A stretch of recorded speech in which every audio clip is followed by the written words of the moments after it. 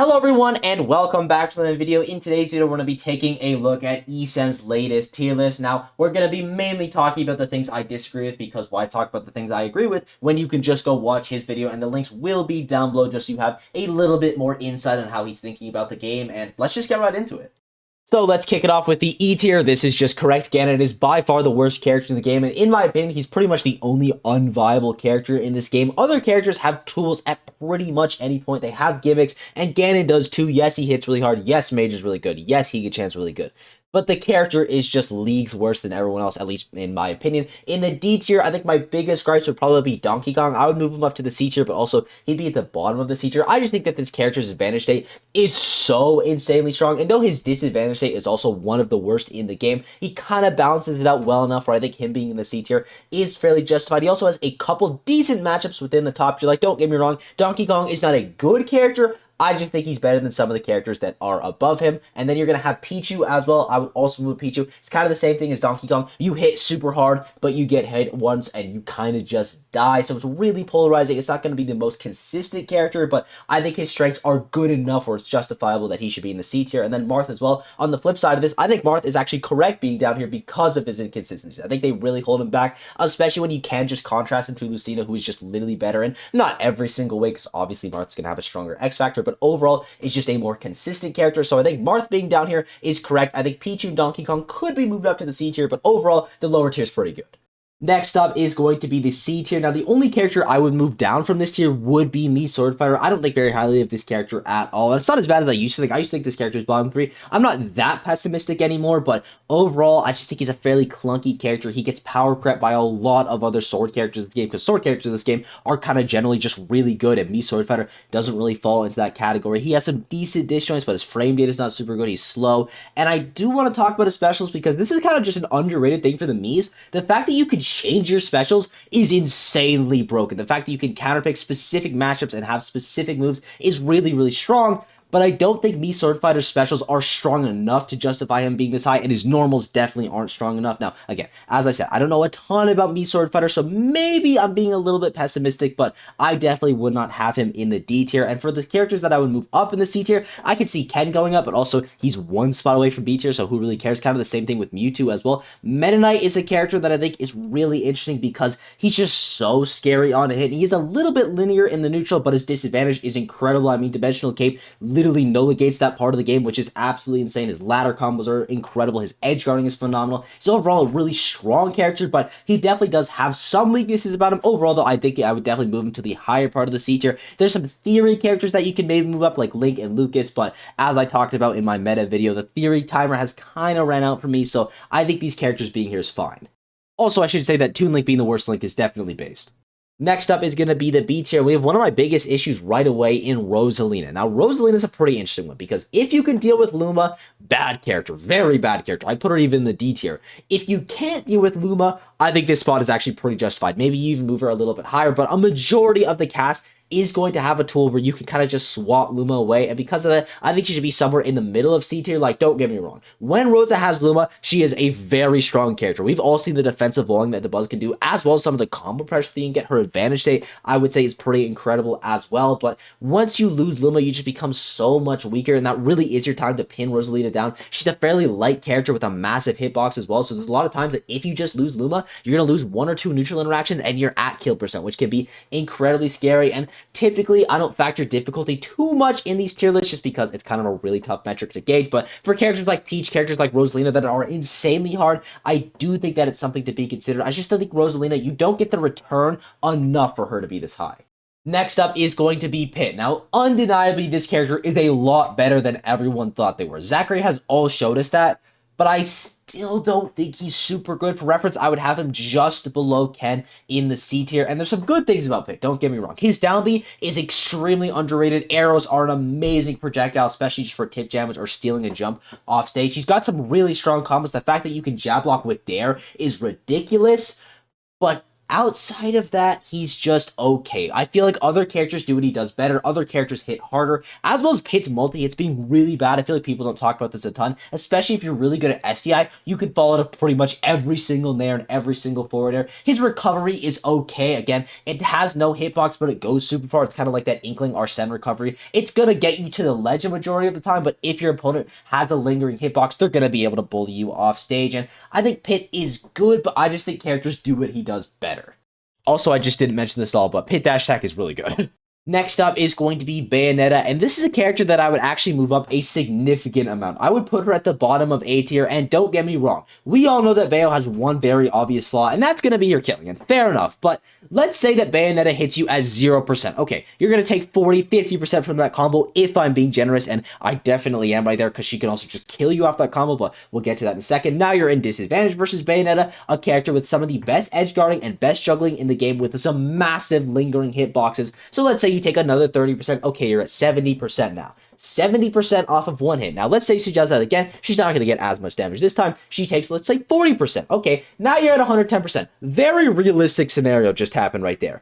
And even though she's not a character with amazing killing, when you're at 110%, a lot of her lingering hitboxes off stage are going to send far enough where most characters can't recover. You're still going to have solid kill confirms like up tilt into back air or down tilt confirms. It's not like she just runs out of confirms completely. Like a character like Inkling, once Booyah stops working, you're just kind of screwed. Bayonetta doesn't really experience that as hard, and she also has a killing forward throw, a killing jab. She has kill confirms off of a lot of tilts that I already mentioned. She overall struggles to kill, yes, but I think it's not as bad as people make it out to be. And we also just have to talk about her neutral, because her neutral is ridiculous. I mean, side B just gives you such a massive burst range that you can play at such a weird tempo that other characters have a really difficult time matching. Bayonetta is a character that isn't like anyone else in this game. You look at Bloom Forever and Lima, they play such different styles of Bayonetta, and I think Bloom Forever is definitely the better Bayo, but I prefer Lima's style because he's just going to camp you, and Bayo's camping is ludicrous. Her movement is insane. She still has a frame 1 out in Vast Within. Down B is still a ridiculous move, even though it's not near as good as it was in Smash 4. The fact that you could just have that counter and then deal like 60% off a combo is really ridiculous. I'm kind of ranting at this point, so I'm going to cut it off. But Bayonetta, yes, she can struggle to kill, but I think she racks on the damage enough, and her neutral is strong enough where she's going to be able to live around you long enough where it doesn't really matter.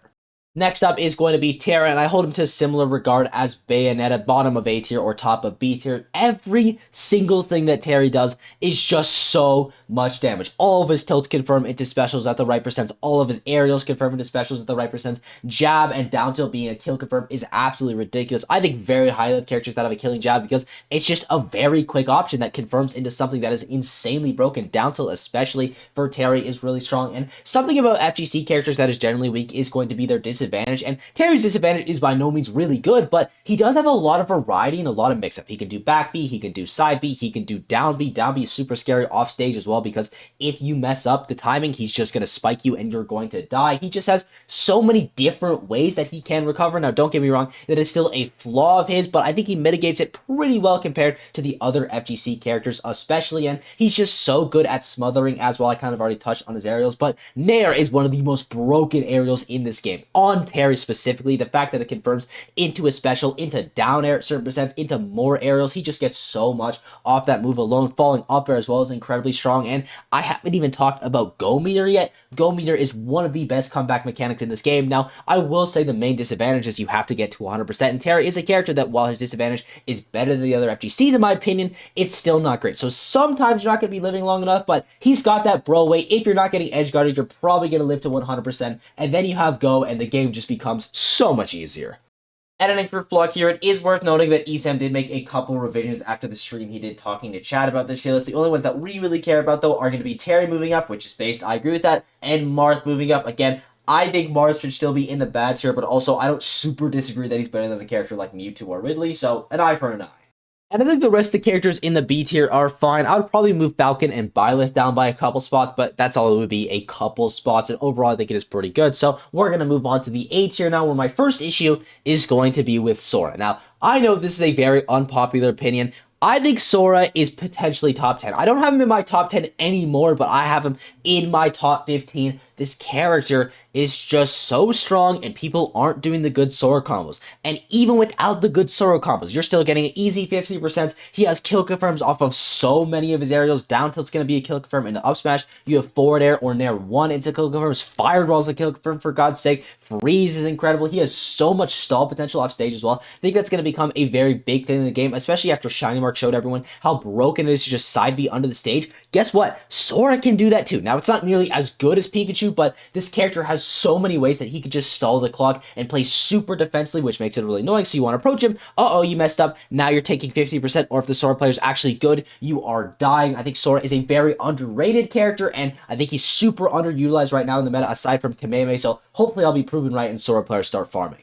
Next up are going to be two characters that I actually agree with, and that is going to be Kazuya and Mii Brawler. Now, Kazuya is a character that I think is going to continually get worse. I feel like Kazuya players have pretty much figured out the zero to death. They know the combos. They can kill you off of one hit. But the neutral versus Kazuya is going to continue getting better and better as people are more proficient at exploiting him. Kazuya is a character where the risk reward is heavily skewed in his favor. And because of this, he's going to be taking a lot of risk. And if you are good versus Kazuya, you will not be taking any risk for this character. You will wait for him to mess up, and they will go for something because they have to. Their neutral is really bad. They kind of have to force the option. It's up to you to bait out Kazuya's attacks and actually punish him for it. You have to play reactionary versus Kazuya. And once you understand this character just becomes a lot weaker in general. His disadvantage state is so unbelievably bad, and he's definitely a character that you can exploit off stage as well. Now, there are some things that are strong about him besides the combo game. His up B at a shield, ridiculous. You can't touch a shield, but as I just mentioned, you should not be pushing the advantage versus Kazuya. You have to wait for him to take the risk, and trust me, he will, and then you can punish him. That's the counterplay versus Kazuya.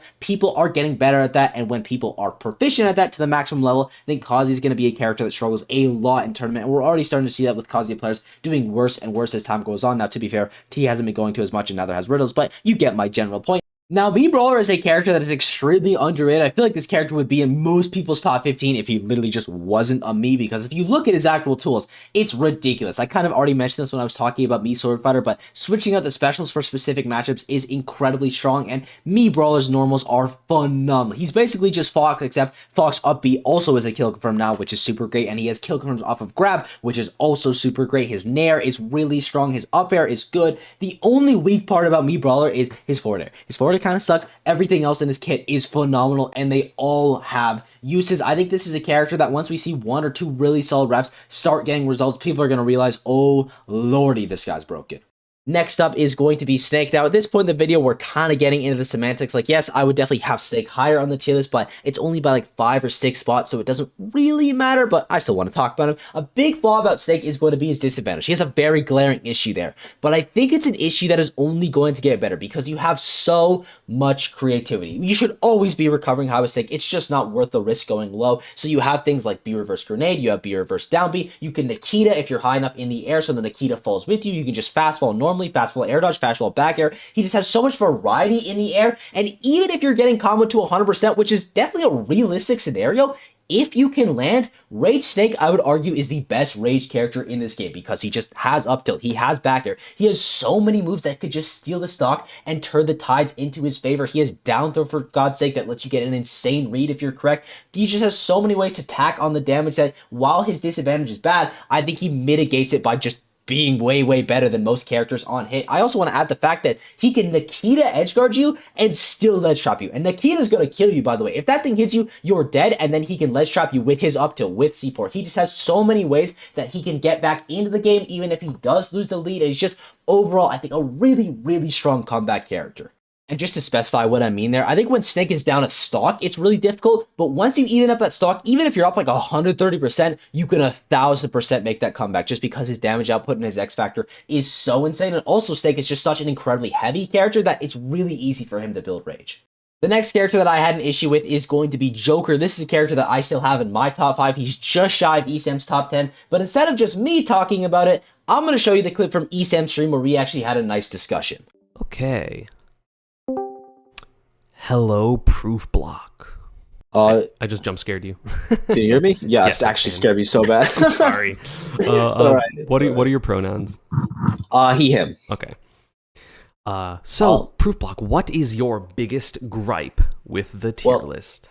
I want to talk about characters that you haven't talked about yet. So I know you just talked about Palu. Have you touched on Joker yet? No. Okay, I feel like someone else will do that. So I want to talk about Terry. Because I think he is a little bit too low. I'm going to leave Terry for my mod. Do you know what? Fair enough. Let's talk about Joker. I think Joker, one of your main gripes is that he doesn't have a universal game plan. And while that's definitely true, I think that Gun fills enough of a gap where even if you do have to adapt a lot of things in specific character matchups, you can just use Gun for, let's say, 40, 30%, get a lot of chip damage there, and just kind of top tier through a lot of characters in this game. Mm-hmm. Gun's broken, so that's fair. Yeah. especially like ground gun Gunstorm backwards is like impossible to punish. And the footstool out of Gunsfield stuff is... I want to see more people do that. Why is the only person I've ever been hit by that an online Bowser Jr. player? It's just... Footstool Shield is so broken and people just... It's hard, it's broken. It's not that hard. I mean, okay, the footstool gun stuff specifically is pretty hard, but footstool out of shield stuff is not. I wish my characters had it. I would be using it all the time. Exactly. And then I think the point you made about Arsene is actually really good, how people are getting much better at camping it. But then we also just circle back to Gun doing like 7% a tick if you're at mid-range, which is crazy. And then if you do get one advantage state, you do like 50% where it kind of makes up for it. Yeah.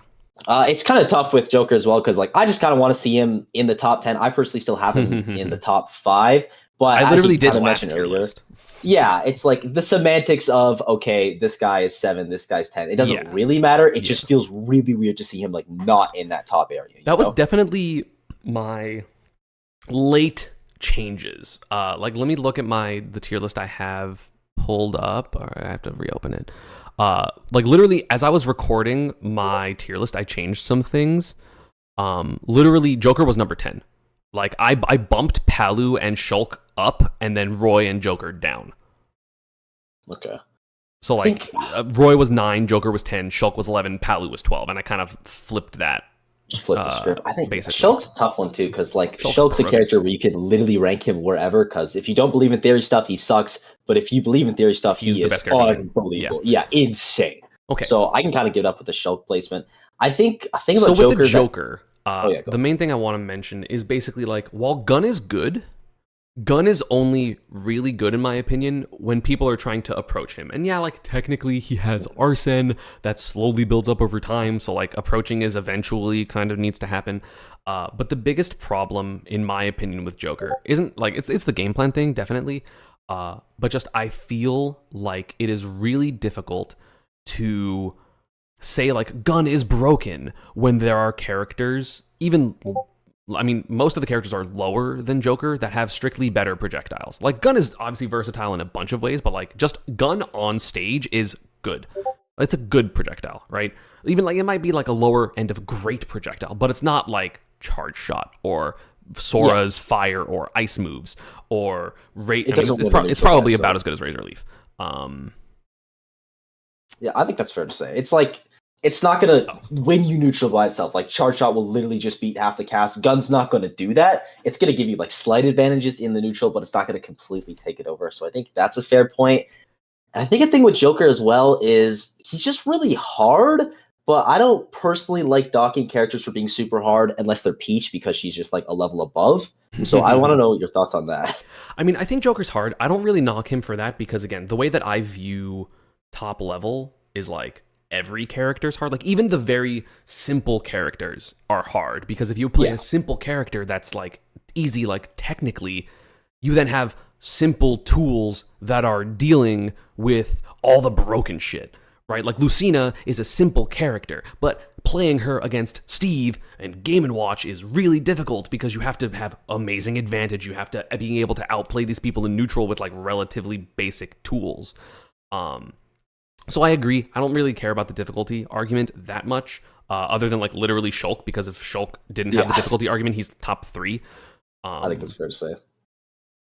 But like, it's like even like easy characters like Cloud, for example. Cloud, super easy character. There's not a world like anyone could do what Spargo's doing. He's exactly like, insane. You just have to be good at some level, right? Yeah, exactly. But the thing about Joker is, I don't know. It seems like the biggest thing with him is it's not even like he got quote unquote like pushed out of meta, because I think he does fine versus Steve. He gets by PIKA, but there's 3 of us, so it doesn't matter.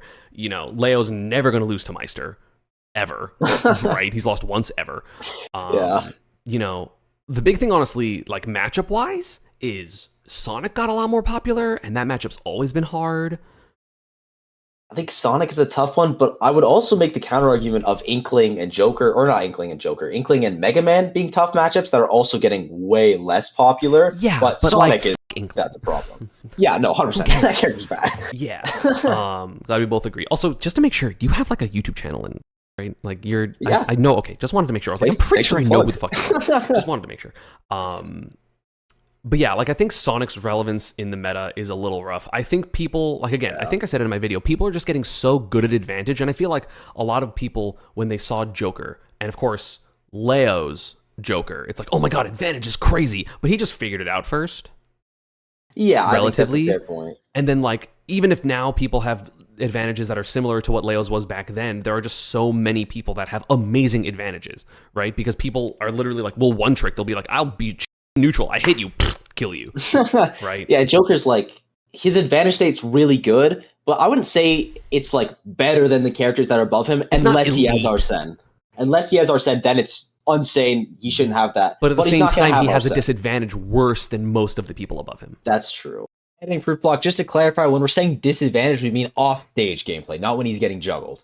But like I think Fox has a better disadvantage than him, other than the fact that he dies at 20 sometimes. Like when he has Arsene or in general? Arsene specifically. Yeah, no, when he doesn't have Arsene, his disadvantage is incredible, because I was gonna say, like I'm really good at edge guarding tether recoveries, but that's like a bias of mine. Yeah. And also PIKA. Well, it's just I can do it with Knee Brawler too. But again, I play like linger area characters. Right? Yeah. So, I think. But I think I get what you're saying. Absolutely. Like again, it's not. Again, I literally switched Joker the day that I was literally recording, and I was like looking at it after like Peach, and I was like, does this feel right? And then I switched it. It's like it's a content switch, you know. They're all close enough; it doesn't really matter. It wasn't for content; it was just it's just hard. It's super hard to make a tier list nowadays. Everyone's good. Like that's one of the reasons I literally spoke. Like at the beginning, I was like, everyone's good except for Ganon. Yeah, I mean, literally. I feel like Joker, the biggest thing about determines how is he doing in a match is when he gets Arsene. Because if he gets Arsene in the advantage state, you're chilling. Broken. But if he gets it in the disadvantage, it's a big problem. Yeah. So it's like, that does add a little bit to the inconsistency, which I think is fair. I still think he's top 10, but again, the margins are so small in this game. Like, what number would you put him realistically? I still have him super high. I'm at 5 right now. For reference, I have Sonic, Steve, PIKA, and then Game & Watch in my top 5. Hey, same top 4. Let's go. Hey, those characters are broken. Dude, I'm glad someone still thinks PIKA's broken. Oh, he's so good. He's just hard. It's fine. No, we're just bad. There's a difference. We're just bad. It's not even that he's hard. We're just stupid. The understage stuff that Shining Mark's been doing, though, saves the character. So cheap. He's so cheap. So stupid. All right, I think that's all the main points I really had about Joker. So, I mean, I could definitely see Joker being like as high, like even with my current views, I could see him being like above Pac-Man. I think that's fair. Right? But it's just like everyone is so good. Yeah, it's like, again, we've said it before. The semantics, they don't really matter. Everyone's broken. You can win a major with all of these characters in the A tier. Some of them even the B tier, like you could solo win a major with. Yeah, of course. So shouts to ESAM for having me on. Again, a link will be down below to all this stuff. I highly recommend that you check them out. If you haven't already, you probably have. But the next 3 characters are going to be the ones that I have the biggest issue with, potentially on the entire chip. So the first one is going to be Roy. Now, I think Roy has fallen off super hard. And by that, I mean, he's still top 20. The character's still really good. But I definitely don't have him this high. And the main reason for that is people are much better at counterplaying Roy. They're treating him more like a brawler character, which is how you should be treating him. Because even if you're getting hit by Roy's sour spots in a last stock, last hit scenario, it's not the end of the world. Like, yes, it's scary that you're now in a juggle situation, but the fact that you can treat him more like a brawler character, play a little bit more outside of his range, it just makes him so much weaker. You're seeing a lot of times now in the last stock, last hit scenarios that Roy players, they just can't manage to get that kill because they're only hitting the sour spots because people are just naturally better at spacing. His edge guarding is also going to be something where it's weak, or rather his recovery is going to be something that is definitely exploitable. And he's still overall a good character, but I wouldn't have him this high. Editing fruit block here, I just wanted to elaborate a little bit more. I'm mainly talking about in the kill percents where sometimes Roy has to play like a brawler because if you're only hitting the sour spots, you're not going to be able to close out the stock, but also he can just jab back here you at 90 or side B you at 60, so it kind of does even out, but it's an inconsistency that other characters just don't have to deal with, and because of that, I think he's a little bit worse. Next up is going to be Shulk, and it's a fairly simple explanation for this one. If you believe in theory characters still, Shulk being top 10, absolutely justified. I personally have given up on most theory characters in this game, except for Pikachu, and I'll get to that in just a second, so I don't think Shulk is this good. Simple as that.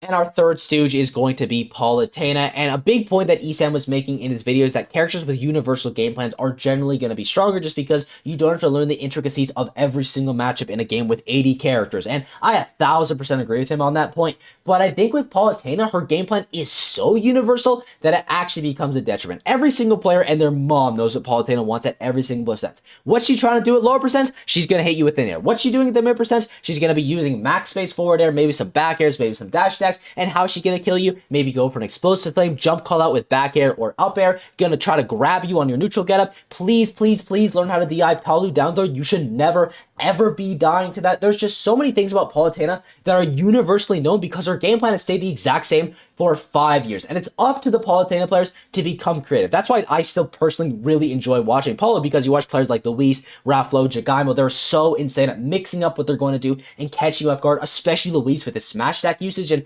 Palutena's base kit is insanely broken, and this character is still really good, like top 20 minimum. If you ever outside of that, you are absolutely crazy, but because she's so linear and she kind of lacks an X factor, I think it's really hard for her to keep up with some of the insane characters in this game. Next characters I have no problem with. I actually think this Pac-Man placement is really good. It feels like people have forgotten how broken Pac-Man is. This character is ludicrous, not okay, insane, so I think him being here is absolutely justified. Same thing with Fox. Again, I personally don't have Fox in my top 10, but it's kind of just semantics at this point, and that character is extremely good. Aegis, amazing character. Rob being top 5, absolutely fine. And for your S tier, there's a clear S tier here. You're going to have Steve, Pikachu, Game & Watch, and Sonic. And these are actually my top 4 characters, not in this order. I have Steve, Sonic, Game & Watch, and Pikachu, but again, it's semantics. All of those characters are incredibly broken, and overall, I think this is a pretty good tier list from ESAM. There's definitely some placements that I don't agree with, but it's really difficult to make a tier list right now in Smash Ultimate because every single character in this game has at least some level of potential and they have some opportunity to go absolutely crazy. So overall, I think he did a pretty good job, and I thank you all for watching. I hope you enjoyed. Again, huge shouts to ESAM for making this list. His stuff will be down below, and let me know what you guys think of it. What would you agree with, disagree with, all that good stuff. If you just want to say hi as well, you can leave a comment, and yeah, that's all I gotta say. The support has been absolutely unreal. Be sure to sub, all that yada yada, and I'll see you all in the next one. Bye-bye.